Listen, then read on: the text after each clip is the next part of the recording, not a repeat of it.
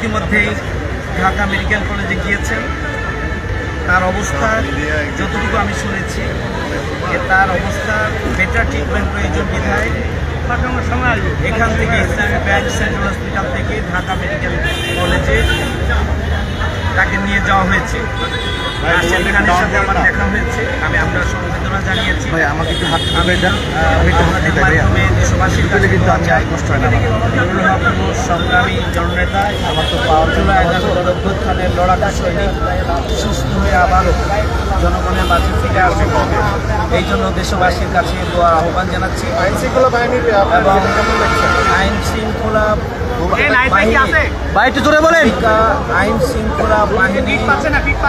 পরিস্থিতি নিয়ন্ত্রণে ধৈর্যের সাথে যেভাবে ভূমিকা পালন করা দরকার ছিল সেটি না করে ফ্যাসিস্ট অপশক্তির দোসরদেরকে সুরক্ষা দিতে গিয়ে নুরুল হক নূর এবং গণ অধিকার পরিষদের উপরে নৃশংস হামলা করেছে। আমার মনে হয় এখানে আইন শৃঙ্খলা বাহিনী তারা নিরপেক্ষ ভূমিকা পালন করতে পারেনি।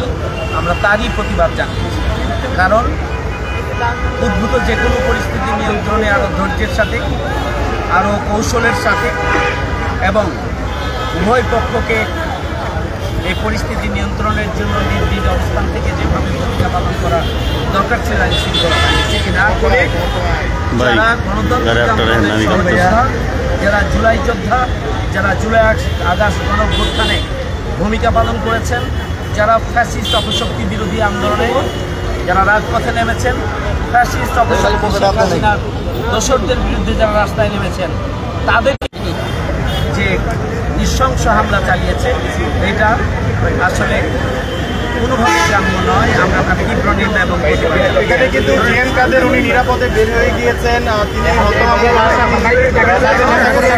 অবস্থায় আছেন। এমন পরিস্থিতিটা আপনারা কিভাবে পর্যবেক্ষণ করছেন? জাতীয় পার্টি কৃষকদের জন্য আপনাদের কোনো মেননিনুরা যখন জেলে তখন জাতীয় পার্টি জিএম কাদের যিনি শেখ হাসিনার সঙ্গী ছিলেন উনি প্রকাশ্যে সমাবেশ করতেছে, এক্ষেত্রে জামাতের অবস্থান কোন? জামাতের অবস্থান পরিষ্কার যে জামাত ফ্যাসিস্ট শেখ হাসিনা, তার দোসর এবং তার সহযোগী যারা সবার বিচার চায় এবং সবার বিরুদ্ধেই অন্তর্বর্তীকালীন সরকার আইন শৃঙ্খলা বাহিনীর পদক্ষেপ গ্রহণ করবে। আমরা সেটি চাই, আমরা বারবার বলে আসছি। দাবি আছে যে একত্রতা প্রকাশ করছেন আমরা সবসময় ফ্যাসিস্ট দোসরদের বিরুদ্ধে আমাদের অবস্থান সুস্পষ্ট। আমাদের কেন্দ্রীয় সংগঠনের পক্ষ থেকে আজকে স্টেটমেন্ট যাচ্ছে।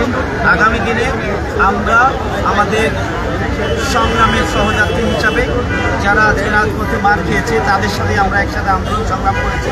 আমি মনে করি যে আমরা যারা গণতান্ত্রিক আন্দোলনে অবদান রেখেছি, আগামী দিনের ফ্যাসিস্ট এবং তার দোসরমুক্ত বাংলাদেশ প্রতিষ্ঠার জন্য আমরা সবাই মিলেই আমরা ভূমিকা পালন করবো ইনশাআল্লাহ।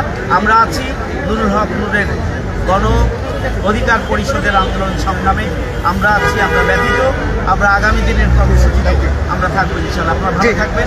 আসসালামু আলাইকুম। দর্শক, যেমনটি শুনছিলেন ঢাকা মহানগর দক্ষিণের আমির জামায়াতের নুরুল ইসলাম বুলবুল, তিনি কথা বলেছেন সাংবাদিকদের সঙ্গে এবং তিনি এখানে এসেছিলেন গণ অধিকার পরিষদের সভাপতি নুরুল হক নূরকে দেখার জন্য এখানে এসেছিলেন। নুরুল হক নূরকে কিছুক্ষণ আগে ঢাকা মেডিকেলে নিয়ে যাওয়া হয়েছে, অবজারভেশন রুম থেকে তাকে ঢাকা মেডিকেলে নিয়ে যাওয়া হয়েছে এবং এখানে কিছুক্ষণ আগে ববি হাজদাস এনডিএমের চেয়ারম্যান ববি হাজদাস এখানে এসেছেন, তিনি খোঁজখবর নেওয়ার জন্য এখানে এসেছেন।